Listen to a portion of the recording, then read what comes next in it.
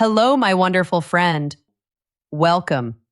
I am so happy you're here with me today. My name is Anna, and this is the VUS Learning English podcast. If you are new here, welcome. A very big, warm welcome to you. If you are a returning listener, welcome back, my friend. I am so grateful to have you here again. Today, we are going to talk about a big problem. A problem every single English learner has. I have had this problem. You have had this problem. It is a frustrating problem. Imagine this. You are talking in English. You feel happy. You feel confident. The words are coming. Everything is going great. And then, one word, the perfect word, the word you need right now, it is gone. It disappears. It is right here, on the tip of your tongue. You can almost feel it. You can almost hear it, but you cannot say it. This feels bad, right? It feels so frustrating. Sometimes it can feel a little embarrassing. You might think, my memory is broken, or I'm just bad at learning languages. But listen to me. Listen very closely. What if I told you this is not a memory problem? What if I told you your memory is not broken? What if I told you you are not bad at languages? This feeling, this problem, has a name. But the name is not important. What is important is that it is normal. It is a completely normal part of learning. Every single person on earth who learns a new language feels this. Every single person. You are not alone. In this episode, I'm going to show you why this happens. We will look at the simple reason your brain does this, and then I will give you a secret. A simple, powerful habit. A habit that will fix this problem. A habit that will help you find the words you need right when you need them. I am so happy you chose to be here today. Thank you for listening. Thank you for giving me your time. If you enjoy our podcast, if it helps you feel more confident, please tap the follow or subscribe button. It is free. And it helps our little podcast grow. It helps us reach more learners like you. And I have a question for you. Where are you listening from today? Are you in Mexico? Are you in Japan? Are you in Turkey? Or India? Please tell me in the comments. I love to see where our friends are in the world. It makes me so happy. Okay, let's begin. So let's talk about this feeling. This moment when your mind goes blank. First, I need you to take a deep breath. And I need you to hear this. It is not your fault. You are not doing anything wrong. Your brain is not broken. In fact, your brain is doing something amazing. It is doing something incredibly difficult. It is building a new world inside your head. Think about your brain like a big, beautiful house. A house with many rooms. Your first language, your native language. That is the living room. Think about your living room in your real house. It is comfortable. It is familiar. The lights are always on. You know where everything is. You can find the sofa. You can find the television. You can find your favorite book. You can do it with your eyes closed. It is easy. It is automatic. Now, English is a new room in your house. Maybe it is a beautiful new library or a new garden. You are building this new room yourself. Every day you add new things to it. You add new words from a movie. You add new sentences from a podcast. You add new ideas from a book. You are filling this new room with thousands of new treasures, thousands of new English words. You know they are in there. You put them there yourself. But when you are in a conversation in English, it is fast. You need to find one specific word, one specific treasure in your new room, and suddenly it feels like the lights go out and the room is dark. You are stumbling around. You are trying to find the light switch. You know the treasure is in there. You know the word is in the room, but you cannot find it. You cannot see it. You cannot grab it. This is the feeling. This is the problem. The word is not gone forever. It did not disappear. The path to the word, the road to that room, is just closed for a moment. The lights are just off for a second. So the problem is not the room. The problem is not the number of words you have. The problem is the path to the words. The problem is the light switch. Many of us are very good at putting words into our brain. We are good at storing information. We add more and more books to our new library, but we do not practice taking the books out. We do not practice finding the words when we need them. This is why speaking can feel so hard. It is harder than listening. It is harder than reading. When you read, the word is right there on the page. The light is on. When you listen, the word comes to your ear. The light is on. But when you speak, you have to find the word yourself in the dark. But I have amazing news for you. This is the best news. We can fix this. You can fix this. You can build better paths. You can build super fast highways to your words. You can install bright, strong lights in your new English room. And it is not as hard as you think. But first, let's understand why this happens. Why do the lights go out sometimes? There are a few simple scientific reasons, but we will not use big, difficult words. We will use simple ideas, simple pictures, so you can understand. Because when you understand the problem, you have the power to solve it. The first reason is a little thing we can call the slow fade. Imagine you learn a new word. Let's say you learn the word beautiful.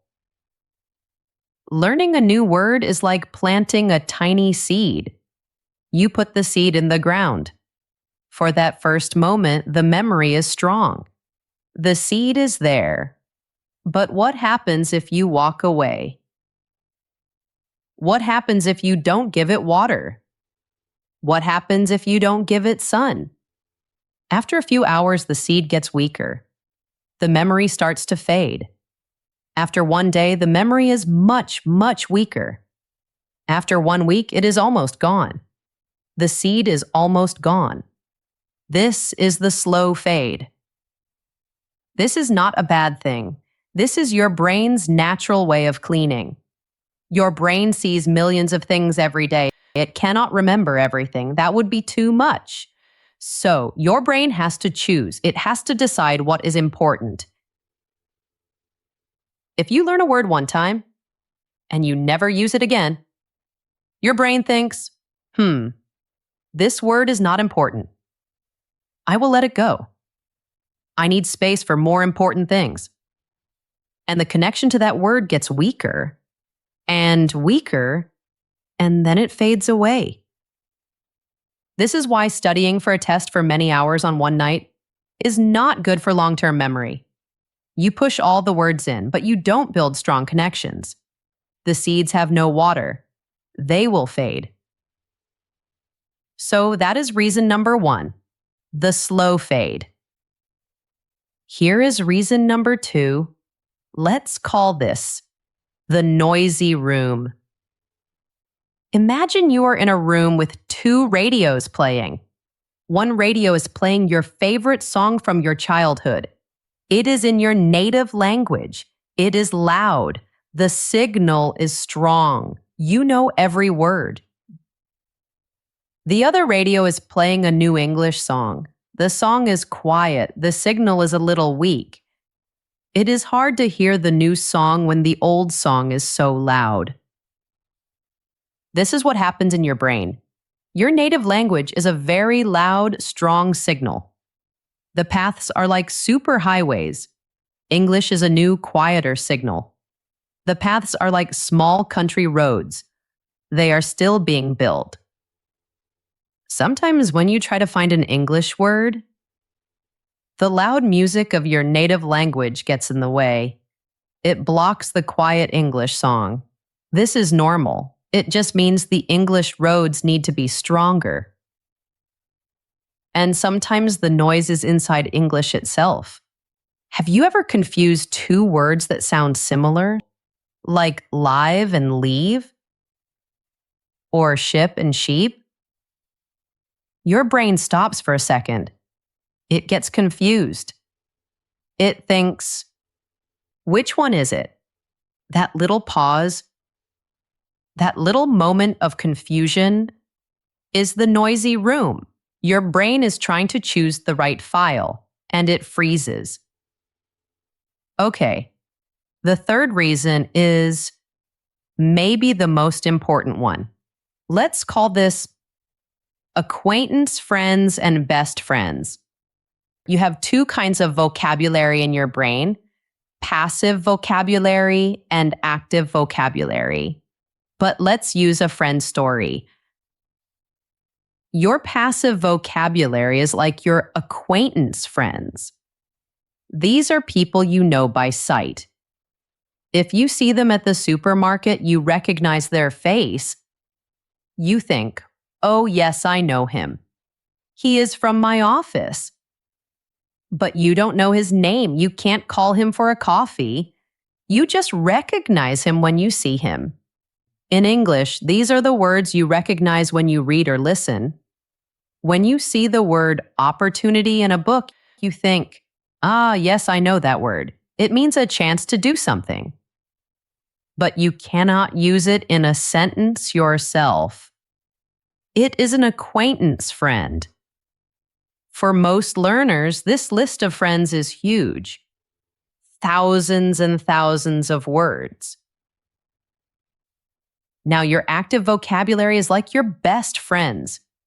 These are the friends you know well. You know their name. You know their phone number. You can call them anytime you want. You can have a conversation with them. They are ready to help you. In English, these are the words you can use. The words you can pull out of your mind and use in a sentence when you are speaking. This list of friends is always much smaller. The frustration you feel, that tip of the tongue feeling, it lives in the space between these two groups of friends. You feel frustrated because you know the word. You know its face. It is an acquaintance, but you cannot remember its name. You have not made it a best friend yet. This happens because of how we learn. If you only learn words from a list, a word and its translation, you are only learning the face, you are making an acquaintance. You are not building a relationship. You are not making a friend. A word learned without a story, without a feeling, is like a book thrown at the floor in that dark library room. It has no special place. It's very, very hard to find. And finally, the fourth reason: stress, anxiety, worry. Speaking a new language can feel scary. It can feel like you are on a stage. You worry about making mistakes. You worry that people will judge you. You worry that you sound silly. This worry, this anxiety can trigger a danger alarm in your brain. Your brain thinks, we are in danger, and it goes into fight or flight mode. It gets ready to run away from a tiger. When your brain is in run away from the tiger mode, it cannot think about grammar. It cannot think about vocabulary. It is too busy trying to save your life. The parts of your brain for complex things like language, they temporarily shut down. So, you forget the word, not because you don't know it, not because your English is bad. You forget because your brain is panicking. It is too busy to access the word. The library is closed because of a tiger alert. All these reasons, the slow fade, the noisy room, the acquaintance friends, the stressed, they are all normal. They are all part of the learning journey. If you are realizing, wow, it's not just me, do me a quick favor and hit that like button or leave a little star. It really helps me know that this is useful for you. It tells me that you feel understood. Your brain is not broken. I promise you. Your brain is a powerful, amazing machine. And now that we understand the problem, now we can talk about the solution, the fun part, the powerful part. So, what is the fix? How do we make our memory for words strong, reliable, and fast? The answer is not to study more hours. It is not to cram thousands of words into your head. The answer is to learn smarter, not harder. We need to create strong connections for every word, deep connections, connections with many layers. We need to move away from just memorizing lonely lists. We need to adopt a new habit, one simple, powerful habit. This habit is built on 5 small, easy rules. Rule number 1, give every word a home. Let me say that again. Give every word a home. The biggest mistake learners make is memorizing words from lists. A lonely word on a lonely list. This is like meeting a person in an empty white room. There is nothing to remember. A word without a home is easy to lose. It is a homeless word.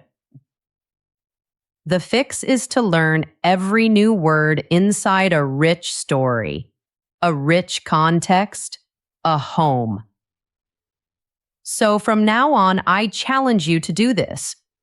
When you find a new word you want to learn, do not just write the word and its meaning. That is not enough. You must immediately use it right away. Create 3 sentences using that word, but not just any sentences.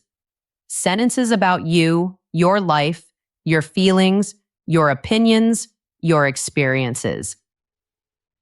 Let's try it together. Imagine you just learned the word innovative. It's a big word, but the idea is simple. It means new and creative. Don't just write that, make it personal. Sentence 1. My company needs an innovative idea to solve this problem. Now the word is connected to your work. Sentence 2. I think the most innovative phone is the first iPhone. Now the word is connected to your opinion and to an object you know. Sentence 3.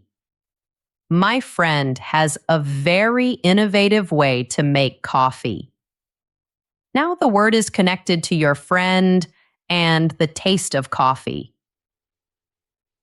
Do you see what you did? You gave the word innovative a home. It is not homeless anymore. It now lives in a house with your company, your phone, and your friend. You connected the word not just to a definition, but to a personal memory, a feeling, a picture in your mind. You just gave that book a special place on the shelf in your library. with a big, bright light shining on it. This is so powerful. Rule number 2, be a detective, not a tourist. A tourist just looks at things. When a tourist reviews their vocabulary list, they just look. They see the English word on the left. They see the translation on the right. They nod their head. Yes, I know that one. Yep, I know that one too. This is passive review. This is dangerous because it creates an illusion of competence. That is a fancy phrase. It means you think you know it, but you don't. You are practicing recognizing the word's face. You are practicing being a tourist. You are not practicing finding the word yourself.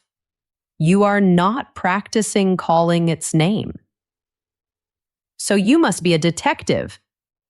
A detective has to find the answer. A detective has to work. A detective has to pull the information out of the clues. This is called active recall. You have to be active. Active recall forces your brain to pull the information out without any help. This is like lifting a heavy weight at the gym. It is hard. It takes effort. You might struggle.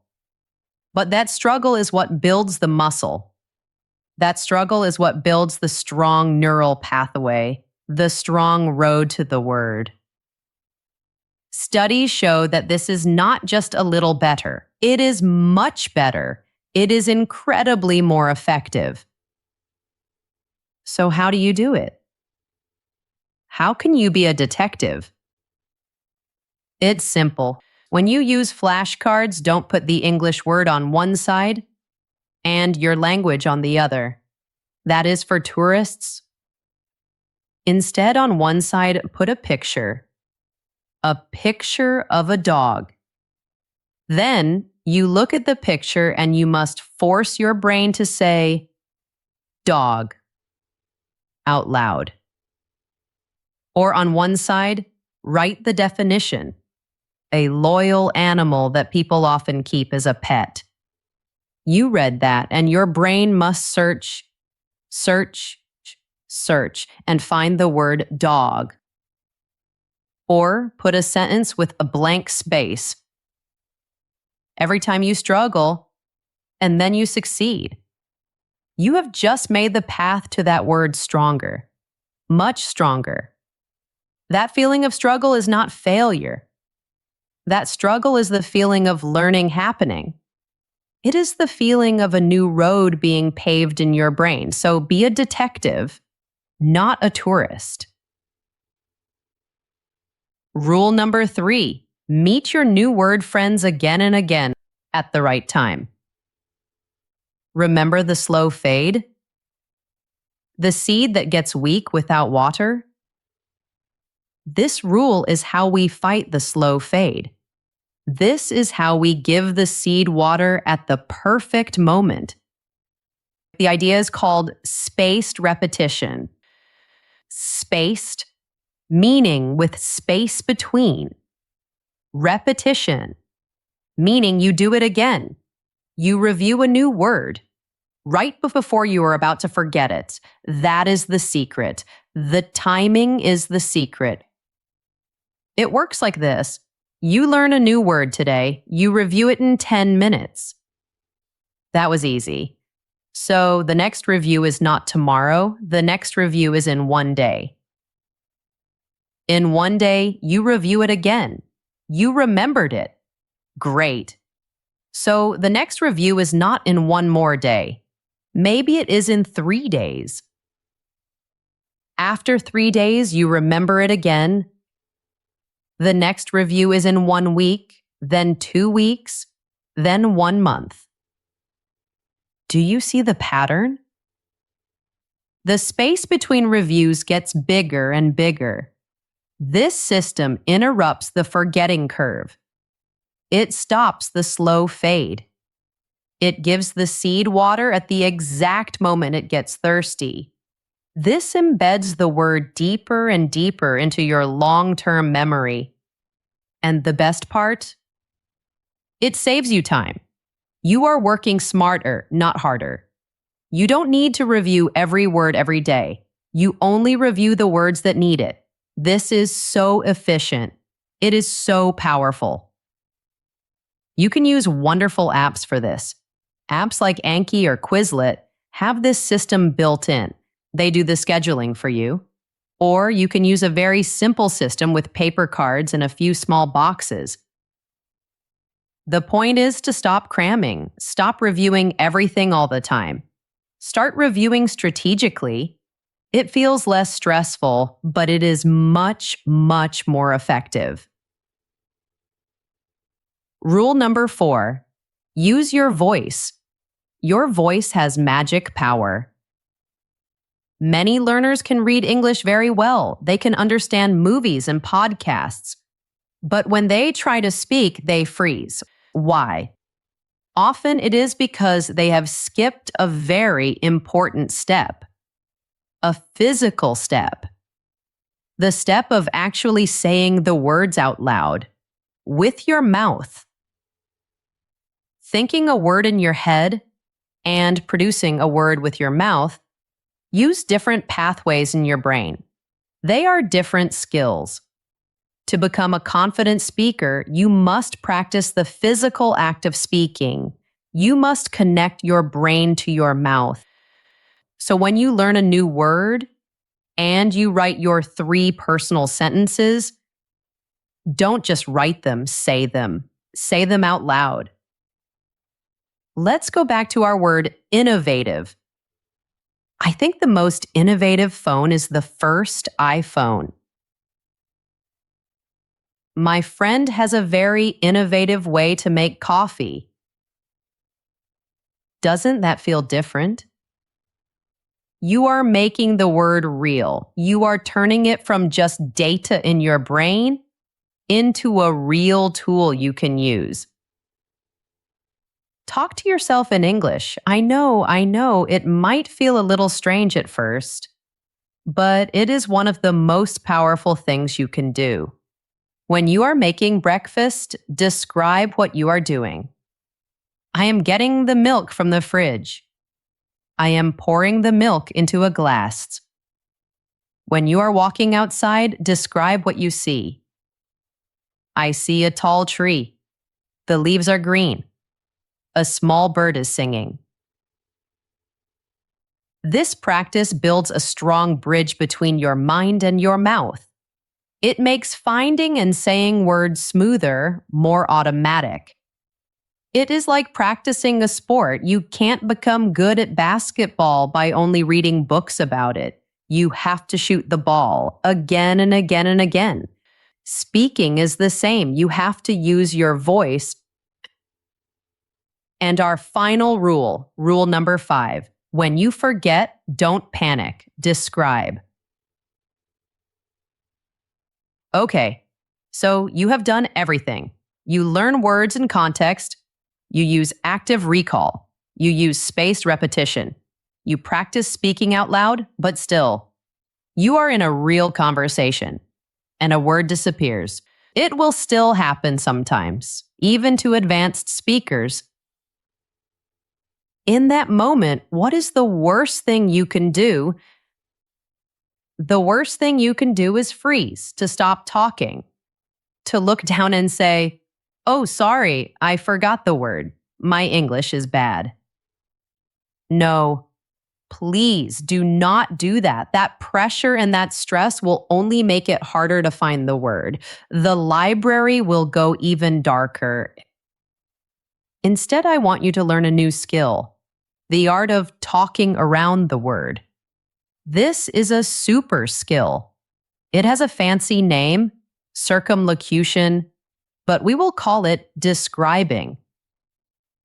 Instead of stopping, you just describe the word you forgot. You talk around it. It can even be a fun game. Let's imagine you forget the word entrepreneur. It's a difficult word. You are talking to a friend and you want to say, Steve Jobs was a great entrepreneur. But the word is gone. Don't panic. Just describe it. You can say, Steve Jobs was a great, a person who starts their own business, a person who has a big idea and takes a financial risk to build a company. And what will happen? One of two things. Your friend will probably say, "Oh, an entrepreneur." And you say, "Yes, exactly. An entrepreneur. Thank you." And the conversation continues. No stress and no awkward silence. Or sometimes, while you are describing the word, your own brain will find it.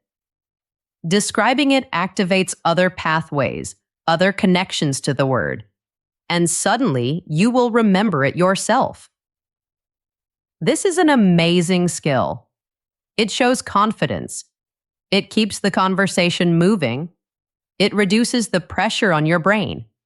And it actually becomes a learning moment. You are forcing yourself to think deeply about the word's meaning.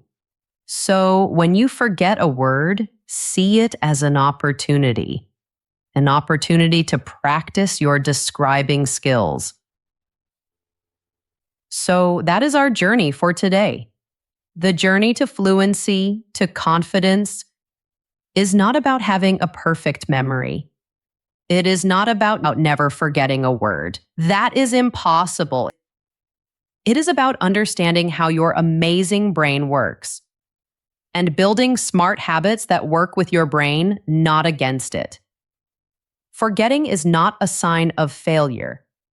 It is not a sign that you are bad at English. It is a signal, that is all. A friendly signal from your brain saying, "Hey, this connection is a little weak. Let's practice this one again." So I want you to promise me something.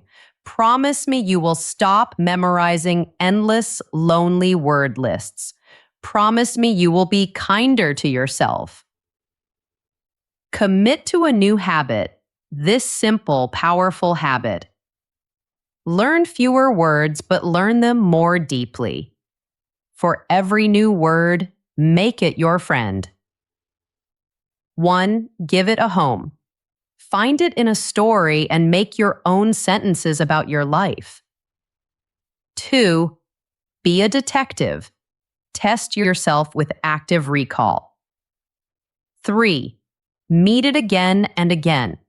Use spaced repetition to work smart. 4. Use your magic voice. Say the word and your sentences out loud. And 5. Don't panic. Just describe. Talk around the word. If you do this, you are not just storing information. You are building a powerful, strong, beautiful network of knowledge, a network you can access with confidence and with ease. Please be patient with yourself. Learning a language is a long journey. It is a marathon, not a sprint. But it is a beautiful journey. Every small step is progress. Every word you remember is a victory. Every conversation you have, no matter how small, is a huge success. You are doing an amazing job.